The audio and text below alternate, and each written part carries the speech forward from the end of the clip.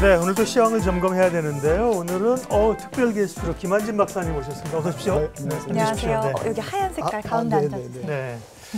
지하철 타면 자리 없을 때가 많지 않습니까? 자리 있네요. 자리가 많아요. 자리를 딱 마련해놨습니다. 감사합니다. 네. 자주 오셔도 자리가 늘 비어 있으니까 네. 오십시오. 네, 네. 예.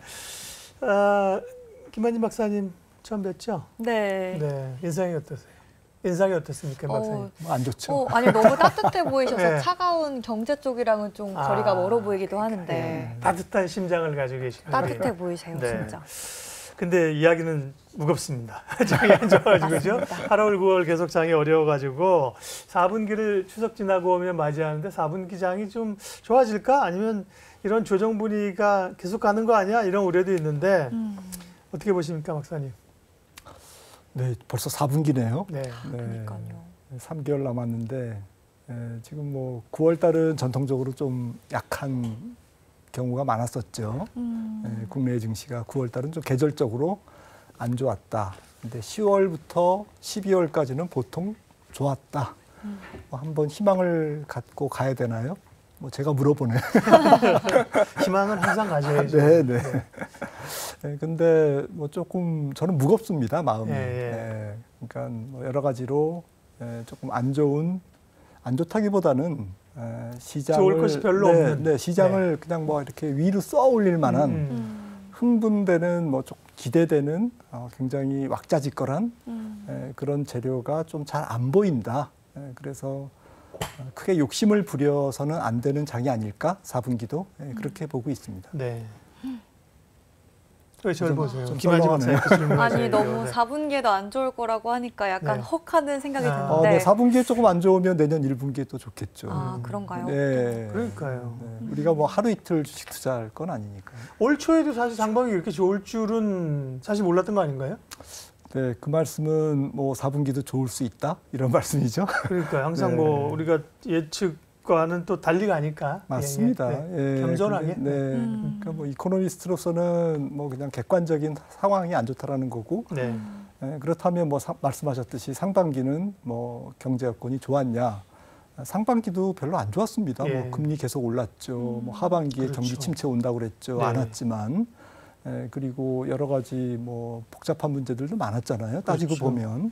그런데 상반기에 많이 올랐습니다. 그래서 항상 뭐 경제 상황이나 조금 증시의 객관적인 여건, 뭐 약간 과학적인 여건보다는 주식시장은 항상 다르게 움직이고 또 좋게 움직이는 성향은 분명히 있다라는 것은 조금 염두에 두고 저는 이제 다만 이제 객관적으로 이런 것들이 조금 주식시장을 크게 쏘아 올리지는 못하겠구나라는 정도의 의견을 갖고 있습니다. 네, 그럼 상반기에도 막 그렇게 좋진 않았지만 그래도 AI 섹터가 되게 뜨거웠잖아요. 챗 GPT나 이런 것들 때문에. 빅테크 기업들이 랠리를 보였는데 많이 올라서일까요? 지금은 조금 빠지는 모습인데 어떻게 주춤한 이유에 대해서 여쭤보고 싶어요. 네, 가장 큰 거는 지적해 주셨듯이 상반기에 좀 많이 올라서 뭐 S&P 같은 경우도 뭐 거의 PER이 마켓 PER이 20배 정도 좀 육박하고 있고 특히나 좀 뭐 큰 종목 뭐 매그니피선트 7개 종목이라고 그러죠. 7개 빅테크들이 정말 한 거의 2배 정도 올랐어요. 그리고 지수도 그렇게 많이 올랐고 그러다 보니까 이제 하반기에 조금 뭐 재료가 딸리죠. 더 강한 재료가 있어야 이것들을 이제 올려 붙이는데 마치 언덕을 밀고 올라가는 수레라와 같다고 그럴까요? 더 힘이 많이 필요한 거였죠. 더 강력한 재료, 더 신선한 재료 이런 게 필요했는데 주식시장에서 가장 신선한 재료는 뭐니 해도 이제 실적이잖아요.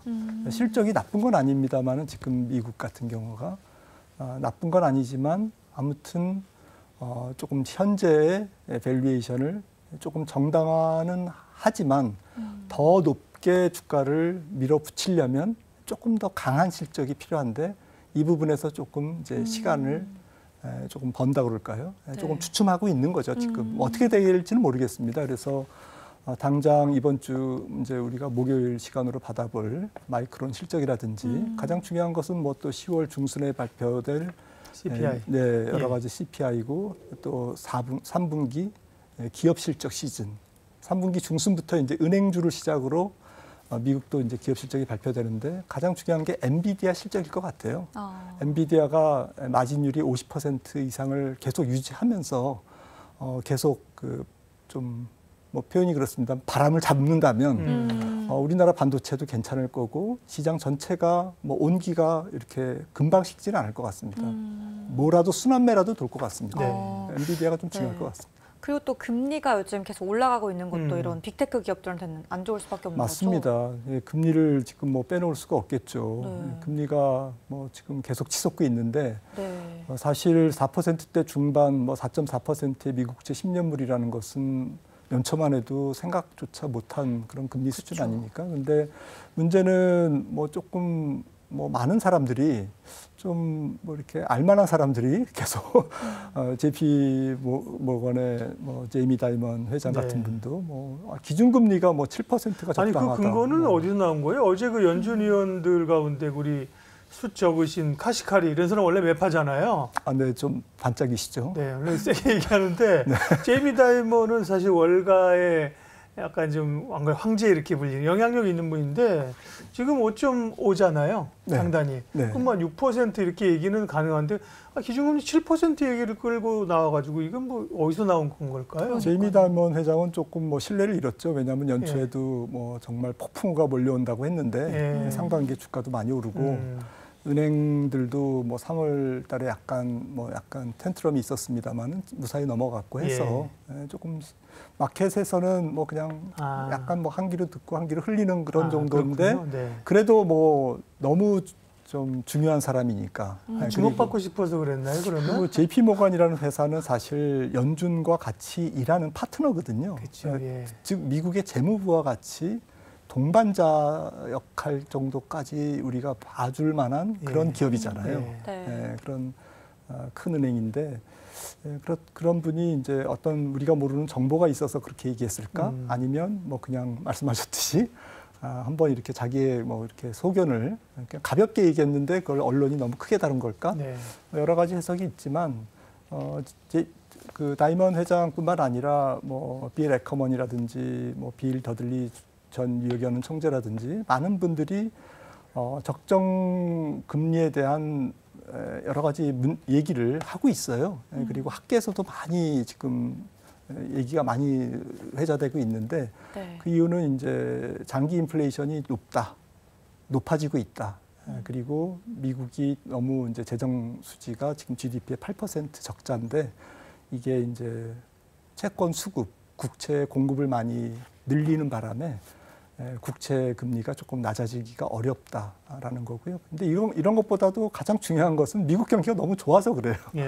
미국 경기가 안 꺾이니까 당장 뭐 내년도 뭐 기준금리라든지 뭐 장기 물가, 뭐 장기 인플레이션 뭐 이런 것들은 차치하고서라도 일단 현재 수준의 미국 경제가 너무 좋다 보니까 3분기만 해도 GDP가 뭐 한 2.5% 이상 나올 것 같거든요. 그러니까 금리가 안 떨어지는 것이죠. 그러면 11월, 12월 두 번 FOMC가 있는데 금리를 한 번 정도 올린고 카시카리는 2번 올릴 수 있다 그랬는데 그건 어려운 거고 한 번 정도 올린다, 못 올린다. 어느 쪽에 표를 행사하시겠습니까?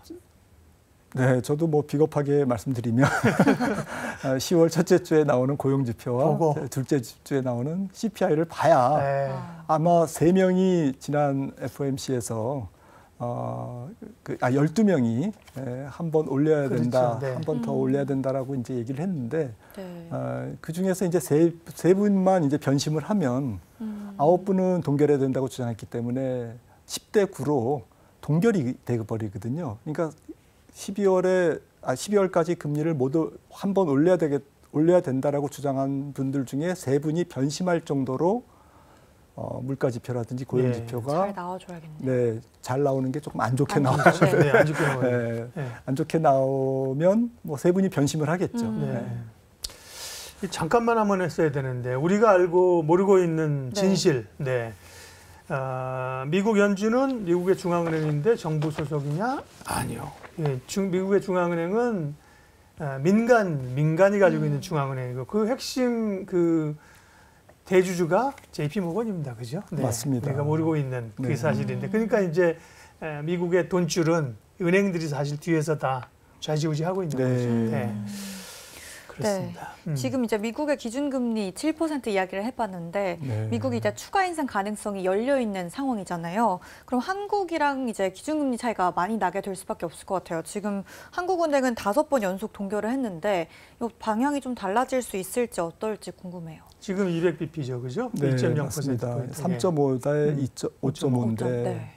근데 아마도 11월 1일 날 올린다면은 뭐 12월보다는 11월에 선제적으로 올릴 그렇겠죠. 가능성이 예. 높은데, 지금 한국은행의 금통위는 10월 19일이거든요. 마지막 금통위가 아니죠. 한 번 더 있죠. 네, 11월 네. 30일 날.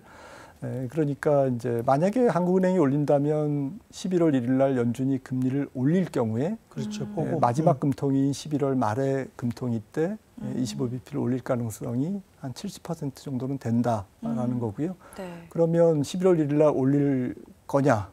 뭐 아까 예 박사님이 질문하셨지만 한 60% 정도 확률은 열어놔야 될 것 같은데 예.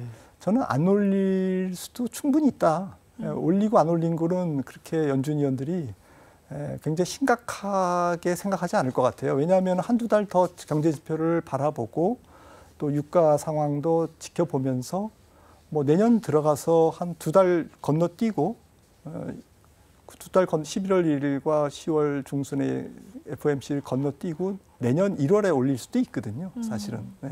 그래서 시장에서 꼭 연내에 올릴 거냐 말 거냐라는 것은 연준 위원들도 아마 조금 더 지표가 필요하다면 올해는 스킵 대신에 내년에 한 번 더 이런 시나리오로 갈 수도 있다라고 네. 생각합니다.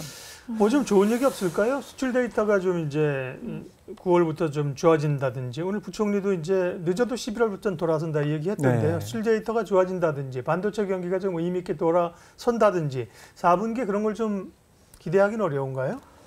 네, 미세하게 돌아설 수는 있겠지만 지금 보이는 경제 지표, 객관적인 경제 지표로 봐서는 정말 미미한 수준의 회복에 불과할 거다. 그러니까 의미 있는 반등은 아닐 거다라고 저는 생각을 네. 합니다.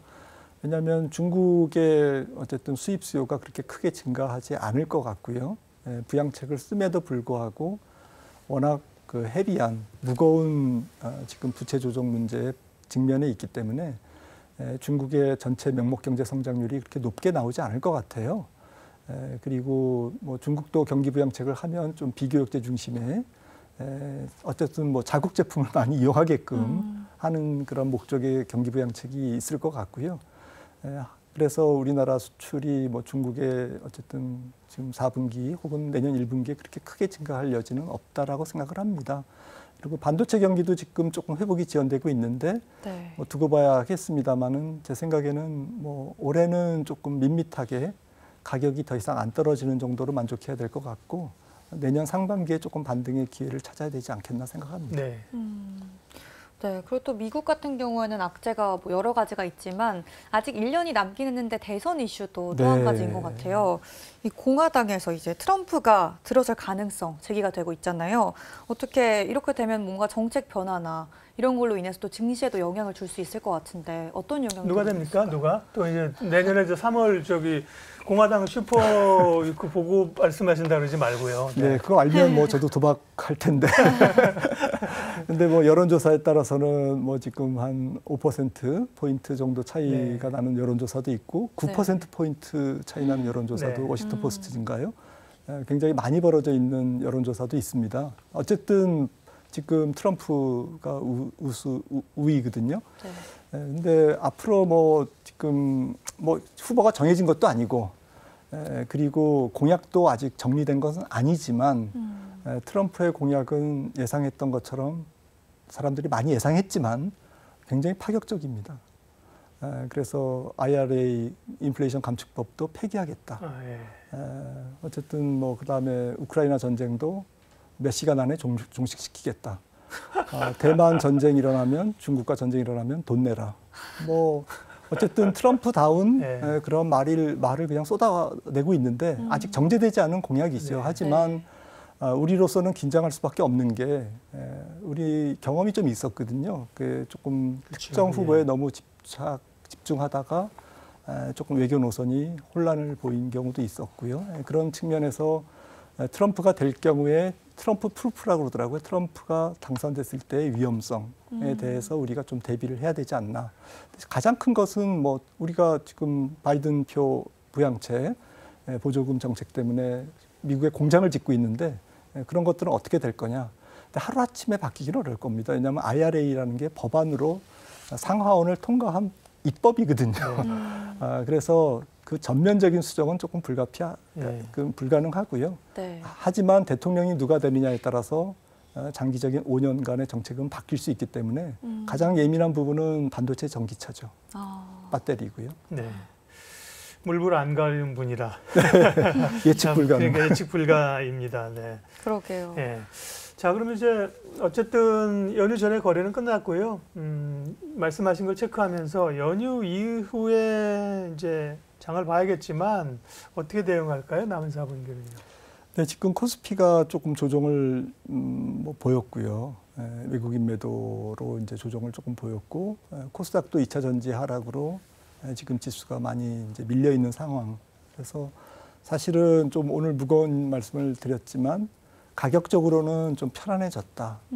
그래서 내려서, 네, 그래서 만약에 주가가 높은 상태에서 여러 가지 이제 금리도 잘 안 떨어진다든지 유가도 오른다든지 뭐 10월 곧 10월 1일 날 뭐 셧다운이라든지 미국에 이런 부분들이 좀 불확실성이 노출되면 더 부담스러울 텐데 네. 들어왔을 텐데 미리 주가가 조금 착해졌기 때문에 밸류에이션이 착해졌기 때문에 그래도 악재에 대한 맷집은 저는 있을 거다. 예. 10월 장세는 예. 그렇게 보고요. 너무 두려워할 필요는 없지 않느냐. 하지만 주가가 위로 치솟기에는 아무래도 여건이 조금 불안한 게 글로벌 금융시장이 달러 강세와 유가 상승, 금리 상승 이런 구간에서는 상당히 좀 경색적인, 그러니까 돈이 신흥국 쪽으로 잘 이렇게 몰리지 않는 그런 약간 경색적인 그런 성향을 띠거든요. 네. 근데 당장 이런 그 금리라든지 유가라든지 이런 부분들이 우리가 시장에서 바라는 대로 아주 좋은 쪽으로 조금 움직일 거냐라고 생각했을 때 조금 움직이더라도 천천히 개선될 가능성이 있기 때문에 시장 또한 뭐 지금 급락의 가능성은 많이 줄었지만 위로 방향을 완전히 틀어서 주가가 좀 강세장으로 바로 가기에는 좀 부족함이 있다라고 좀 정리를 할 수 있겠습니다. 네. 또 금리 얘기도 있습니다만 성장주냐 가치주냐, 가치주를 좀 봐야 된다는 말씀도 하시는 분도 있는데요. 네, 오늘은 시간이 없어서 얘기를 못 듣고 네. 다음 한 번 더 오셔가지고 그 얘기를 한번 해주셔야 될 것 같네요. 예, 오늘은 네, 여기까지 하고 저희는 먼저 퇴근을 할 테니까요. 윤아 씨가 마무리해 주시고요. 네. 계속 앉아 계시려는 것 같은데 다시 가셔야 됩니다. 아, 네, 이제 하차해야 되죠. 네, 오늘 두 분 너무 좋은 이야기 감사합니다. 연휴 잘 보내세요. 네. 이로운 경제 채널 EBC